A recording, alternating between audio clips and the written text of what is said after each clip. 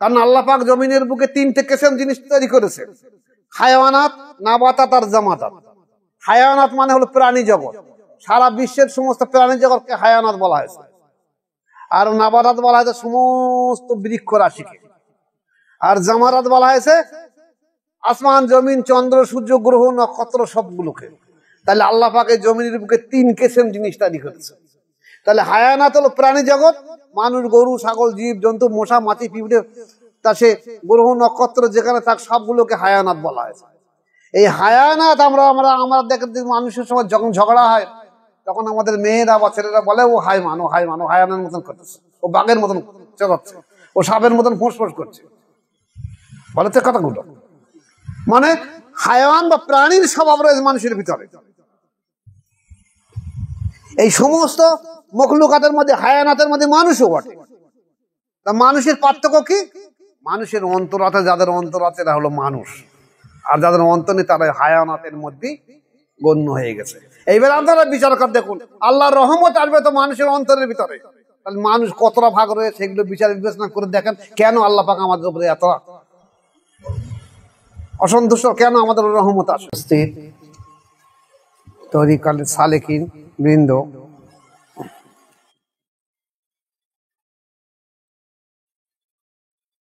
আল্লাহ পাকের লাখ শুকরিয়া যে এত প্রাকৃতিক ঝঞ্ঝাটের মাধ্যম দিয়েও আমরা একটা মজলিসে উপস্থিতি পেরেছি কিছু সময়, যে আল্লাহ রসুলের কথা শোনা, জানা, বোঝা এবং আমল করার নিয়ত নিয়ে আল্লাহ পাকের উপরে আমাদের প্রত্যেককে আমল করার তৌফিক দিই। সবাই আল্লাহ বলে আল্লাহুম্মা আমিন। আজকের আসুন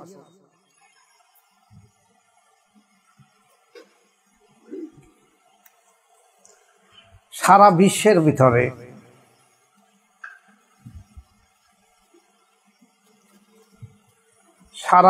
ভিতরে যে কোটি কোটি মুসলিম আছে, কোটি কোটি মুসলিম, কিন্তু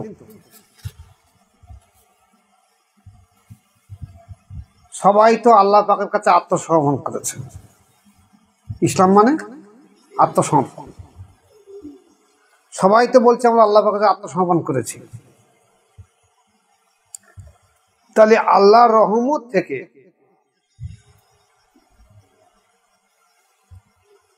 মানুষ এত দূরে সরে আছে কেন? কেন মানুষের উপরে আল্লাহ পাকের রহমত নেই? কেন আর সারা বিশ্ব জুড়ে মুসলমানদের উপরে এত নির্যাতন হচ্ছে, এত নির্যাতন সহ্য করছে কেন মুসলিমরা? তাহলে কি আল্লাহ পাকের রহমত তাদের উপরে আসেনি, নাকি তারা সত্যিকারে আত্মসমর্পণ করেনি? কোন জায়গায় ঘাটতি হচ্ছে? নামাজের তো ঘাটতি নেই, রোজার ঘাটতি নেই, কলেমা পড়ার ঘাটতি নেই, এই সপ্তাহের মধ্যে যে কোরবানি হয়েছে তারও ঘাটতি নেই, হজ পাকে যাবার মতন ঘাটতি নেই। তাহলে ইসলামের উপরে এত বেশি পরিমাণ আযাব আসছে কেন মুসলমানদের উপরে? আজকের কেন সারা বিশ্বের মুসলিমরা ত্রাহি ত্রাহি রব করছে যে আল্লাহ আমাদের বাঁচাও, আল্লাহ আমাদের উপরে কি হবে? যে জাতির উপরে আল্লাহ পাকের রহমত এসেছে সর্বসময় যাদের উপরে, তাহলে সেই রহমতের ঘাটতি আমাদের হচ্ছে কেন? কোথায় আমাদের দুর্বলতা, কোথায় আমাদের ভুল, কোথায় আমাদের ঘাটতি? পর্যালোচনা আজকের এই নিয়ে একটু সামান্য সময় আলোচনা করব, দেখে নাও ভালো করে।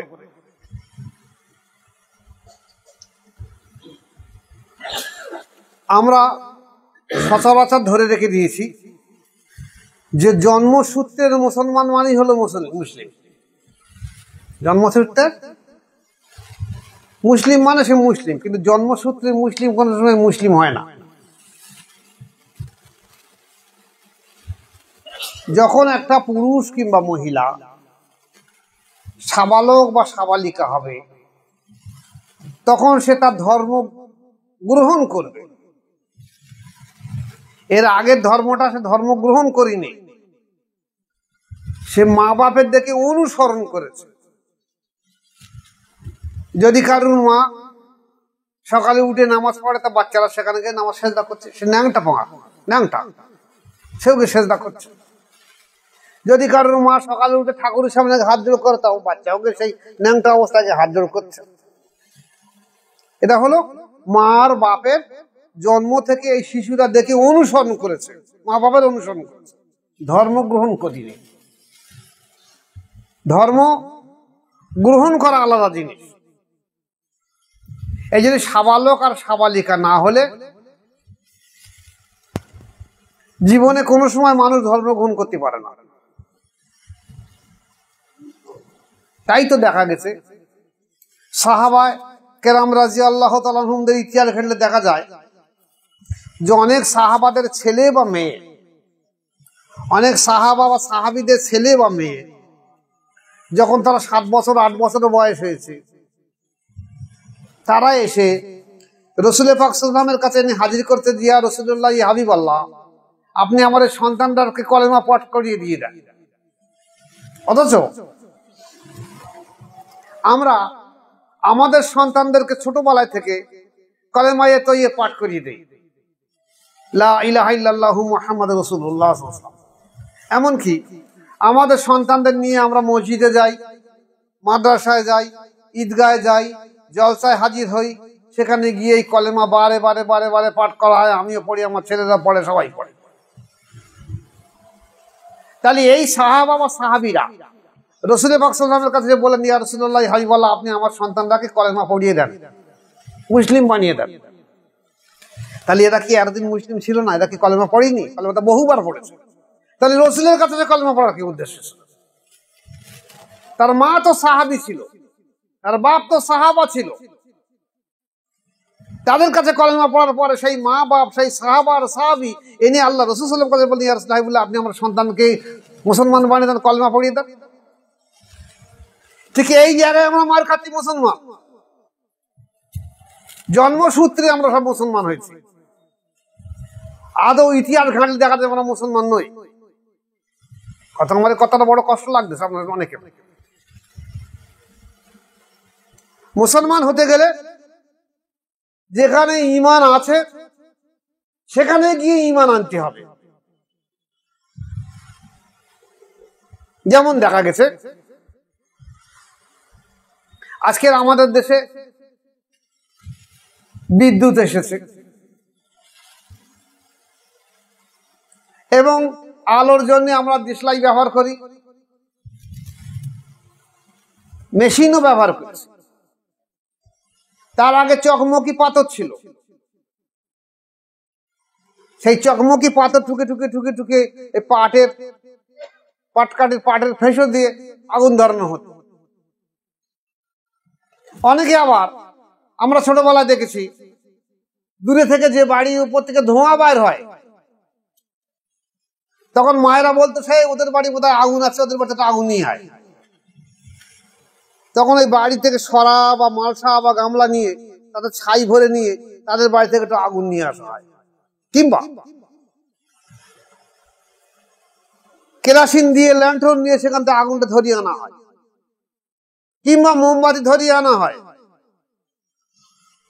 কিংবা কাঁটার দড়ি যে পাকানো থাকে, কাঁটার দড়ি, ওই দড়ির এক মুখ ধরিয়ে নিয়ে বাড়ি এনে আবার এখানে এসে এই পাট দিয়ে আবার সেইটা আগুন ধরিয়ে নেওয়া হয়। আবার ছোটবেলা দেখেছে। তাহলে যখন এখানে নেই তখন কোন এক জায়গা থেকে আনতে হচ্ছে আগুনটা ধার করে। তাহলে আমার কাছে যদি ঈমান না থাকে, কলেমা না থাকে, আমি কোথা থেকে আনবো? তাহলে যেখানে আছে সেখান থেকে আনতে হবে। মার খাচ্ছে আমরা এই জায়গাটায়। কলেমায়ে তৈয়্যিব হলো লা ইলাহা ইল্লাল্লাহু মুহাম্মাদুর রাসূলুল্লাহ সাল্লাল্লাহু আলাইহি ওয়াসাল্লাম, আল্লাহ ছাড়া আর কোনো মাবুদ নেই, আর মুহাম্মদ সাল্লাল্লাহু আলাইহি ওয়াসাল্লাম আল্লাহ পাকের রাসূল। এই আলোচনাটা আগামী সপ্তাহে আরো বিস্তারিত দিয়ে দেবো, আজকে হালকা করে কিছু দিয়ে দিই, আমার শরীর ভালো না। তো আল্লাহ ছাড়া কোনো মাবুদ নেই, আর মুহাম্মদ সাল্লাল্লাহু আলাইহি ওয়াসাল্লাম আল্লাহ পাকের যে রাসূল, এ তো বহু হিন্দুরাও পড়ে।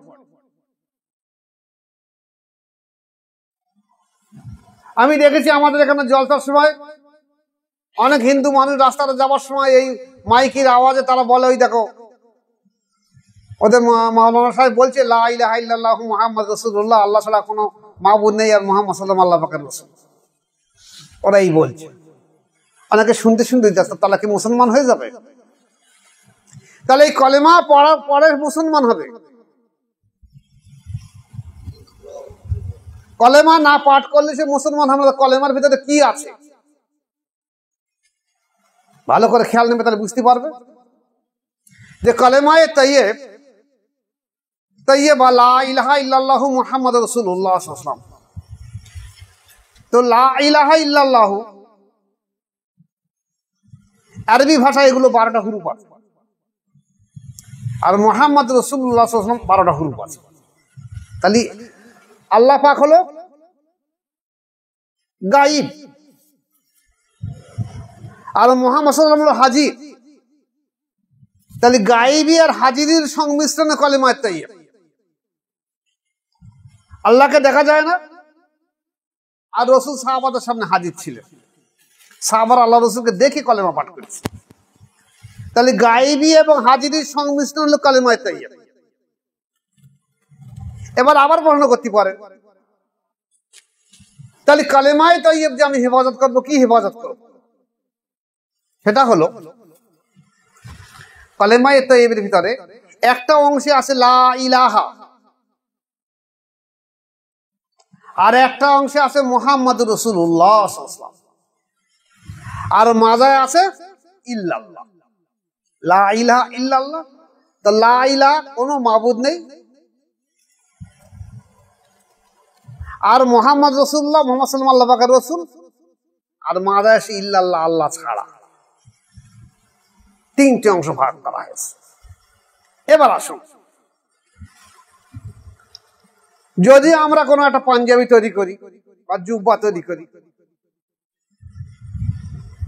ওই দর্জি সাহেব বসে আর যদি জিজ্ঞাসা করে যে আমার কত মিটার কাপড় লাগবে, বলছে 3 মিটার কাপড় লাগবে কি 4 মিটার কাপড় লাগবে, দাম কত, 40 টাকা কি 50 টাকা কি 60 টাকা করে মিটার।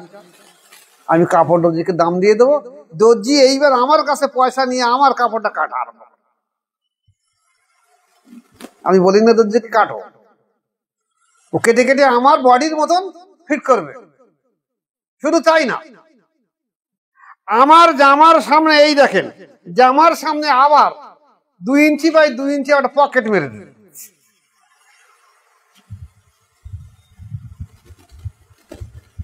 তাহলে এই যে আমার পকেট, এই পকেটের উদ্দেশ্যটা কি? আমার ভালো কাপড়ের উপরে একটা পট্টি বেঁধে দিয়েছে কেন দর্জি? আমার কিছু আমানতের জিনিস এই পকেটে রেখে দেওয়ার জন্য, টাকা হোক, মানুষ সচরাচর কি রাখে, টাকা রেখে দিয়ে দেয়, বা কলম রেখে দিয়ে দেয়, বা কেউ ডায়েরি রেখে দিয়ে দেয়, যেগুলো আমানতের জিনিস হেফাজতে রাখার জন্য পকেটে রেখে দিয়ে দেয়। তাহলে যদি একটা মানুষ এই পকেটের এই উপরের পট্টিটা না লাগিয়ে দিত দর্জি, তাহলে জীবন ভরে পকেটে রাখতে পারত না, পকেটই হতো না। তাই একদিক থেকে লা ইলাহা ইল্লাল্লাহ, আর একদিকে মুহাম্মদ রাসূলুল্লাহ সাল্লাল্লাহু আলাইহি ওয়াসাল্লাম, এর মাঝায় দেওয়া হয়েছে ইল্লাল্লাহ। এই কলেমায়ে তাইয়্যিবের ভিতরে এই ইল্লাল্লাহকে, মানে আল্লাহ, ইল্লাল্লাহকে হেফাজত করতে হবে, আল্লাহকে হেফাজত করতে হবে। পড়ছি আমি কলেমায়ে তাইয়্যিব, আর হেফাজত করতে হবে ইল্লাল্লাহ, আল্লাহকে। তা আল্লাহকে হেফাজত করবে কোথায়? কুলুবুল মুমিনুনা আরশুল্লাহ, মুমিনের অন্তকর্ণে আল্লাহ পাকের স্থান, সেই অন্তকর্ণে আল্লাহ পাকের হেফাজত করতে হবে।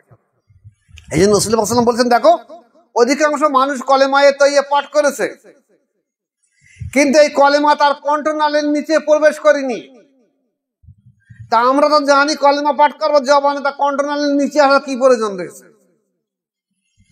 আসলে কলেমায়ে ইল্লাল্লাহ, আল্লাহ শব্দ হেফাজত হবে অন্তরে, কলবে, মুমিনের অন্তরে, যে অন্তর আল্লাহ পাক খাস করে তৈরি করেছে। আল্লাহ পাক খাস উৎকৃষ্ট জিনিস দিয়ে কলেমা অন্তর তৈরি করেছে। এত সূক্ষ্ম এবং সুন্দর জিনিস আল্লাহ পাক আর কোথাও তৈরি করেনি। সেই অন্তরে হেফাজত করেছে কেন? একমাত্র আল্লাহ পাকের স্থান ওখানে হবে বলে। তাই এখন আপনি সারা জীবন ধরে কলেমা পাঠ করেছেন, লা ইলাহা ইল্লাল্লাহু মুহাম্মাদুর রাসূলুল্লাহ সাল্লাল্লাহু আলাইহি ওয়াসাল্লাম, জবান দিয়ে পাঠ করেছেন, আপনার কলেমা জীবনে অন্তঃকরণে পৌঁছনি, আপনি মুমিনই না, মুসলমানই না, আপনি অন্তরে আল্লাহর স্থান হেফাজত করেন। তাহলে আল্লাহকে যদি আপনি অন্তরে হেফাজত না করতে পারেন, তাহলে আল্লাহর রহমতের আশা করছেন কিভাবে?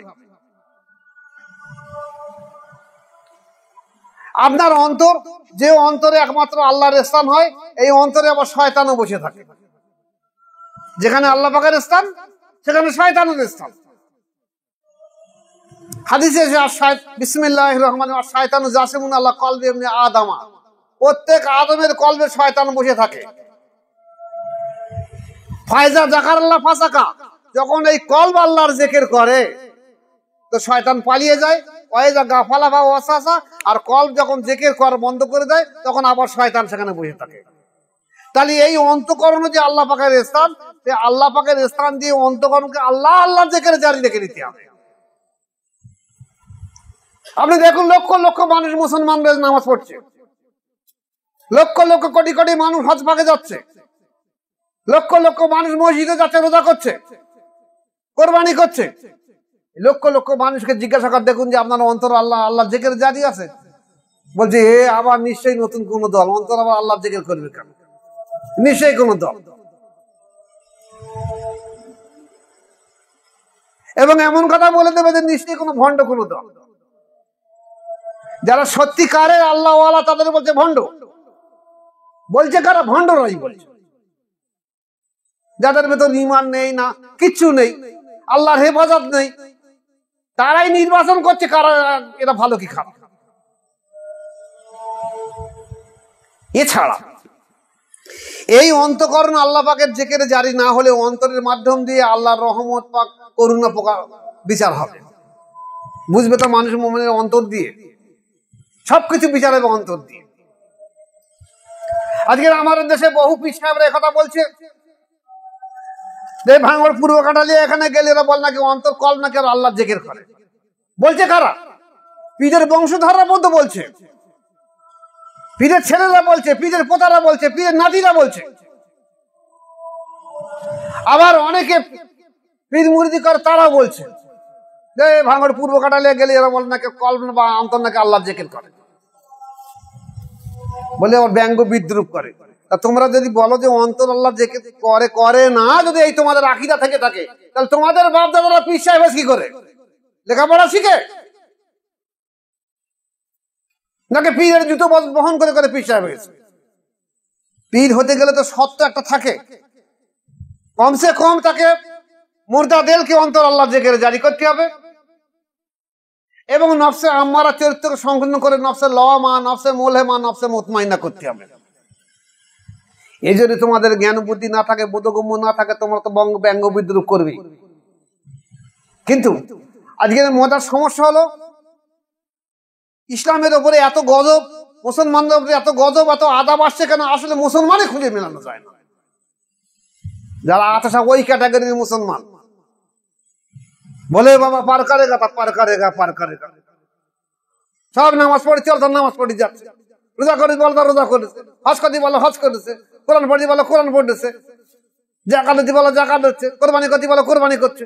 কিন্তু একটা মানুষই মুসলমান হচ্ছে না।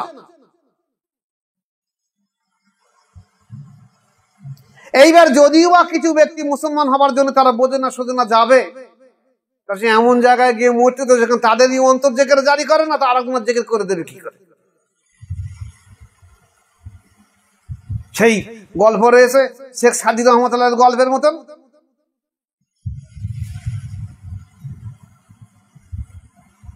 বলছে একটা ডাক্তার,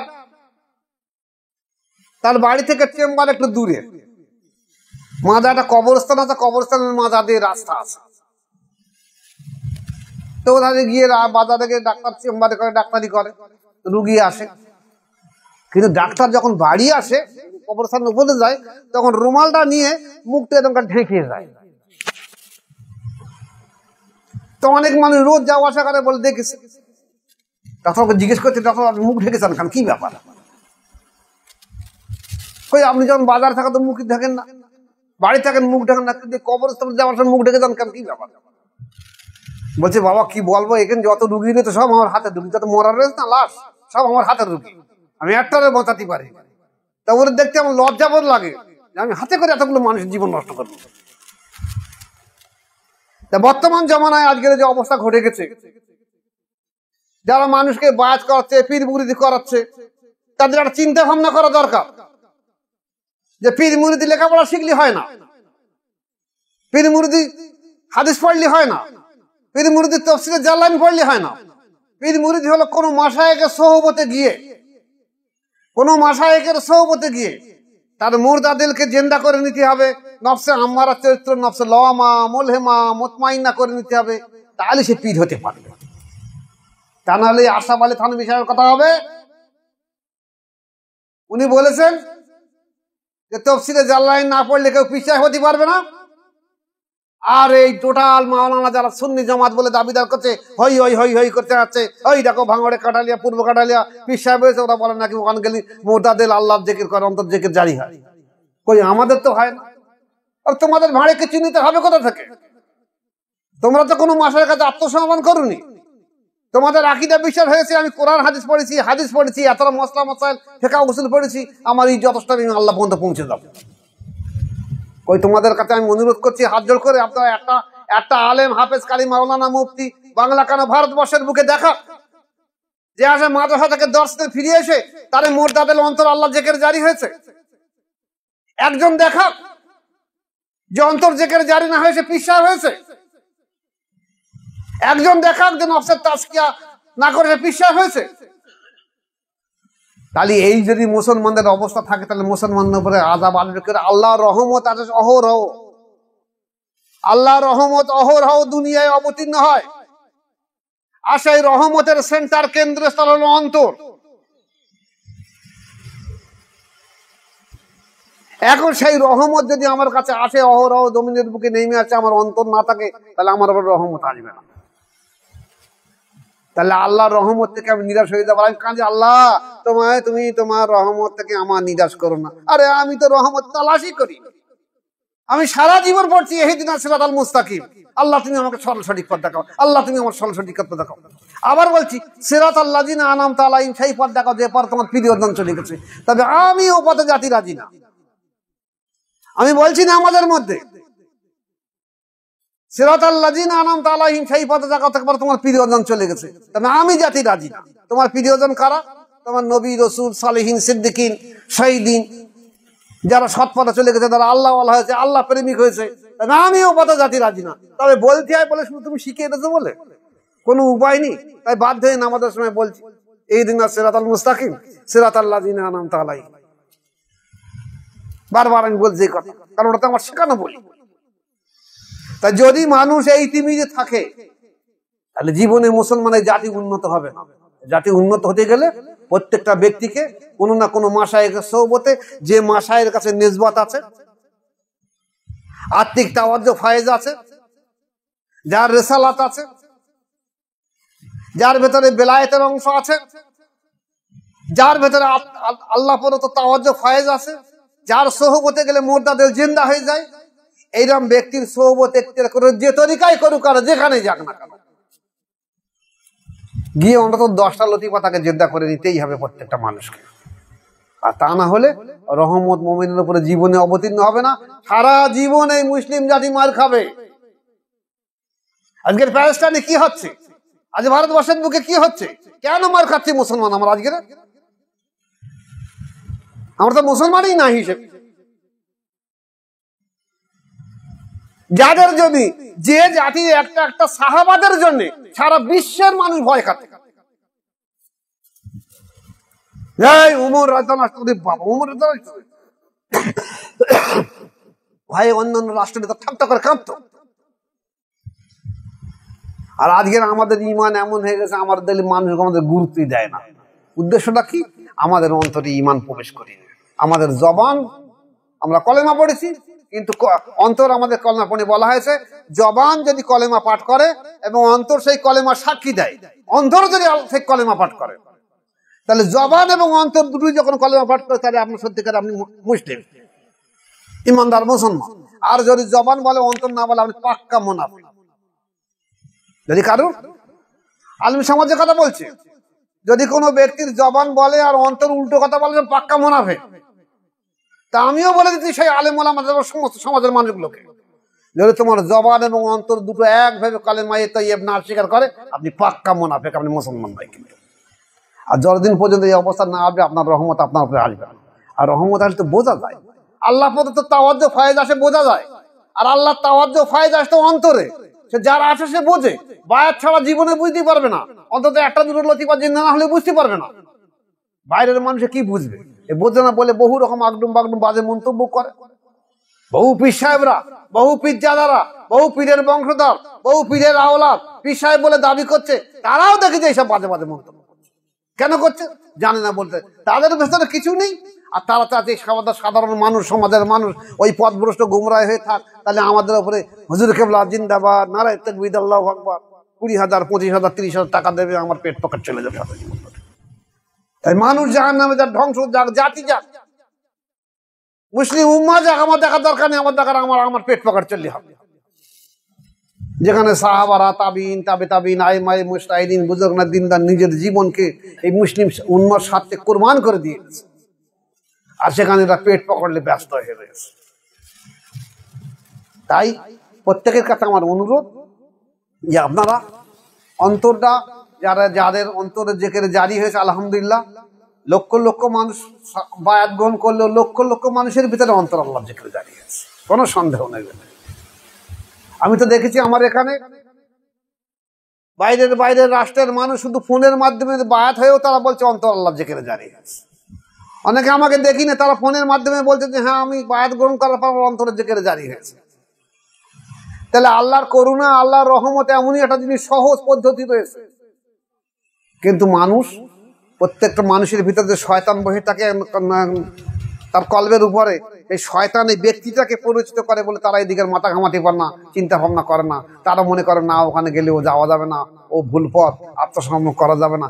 এই তো আমি দিয়েছি, আমি তো নিজেই খোদা, আমি নিজেই তো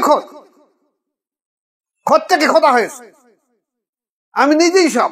আবার আগে আত্মসমর্পণ করবো কেন? আমি এত লেখাপড়া শিখেছি, আমি হাফেজ হয়েছি, কাজী হয়েছি, মাওলানা হয়েছি, মুফতি হয়েছি, আত্মসমর্পণ করবো কেন? আবার আলোচনার কাছে গিয়ে ওই টিমিতে থাকতে হবে, ধ্বংস হয়ে যাবে, জাহান্নামী হয়ে যাবে। মানুষ ওকে বলা হবে যে ব্যক্তি মুর্দা দিল জিন্দা হয়েছে, আল্লাহর জিকিরে জারি হয়েছে, এই একমাত্র এই মানুষ। আর যে ব্যক্তির মুর্দা দিল জিন্দা হয়েছে সে ব্যক্তি মানুষ কথা নাম উড়ে দেখল। মানুষের, প্রাণী জগতের, হায়াওয়ানের পার্থক্য একটাই, কারণ আল্লাহ পাক জমিনের বুকে 3টে কিসম জিনিস তৈরি করেছে। হায়াওয়ানাত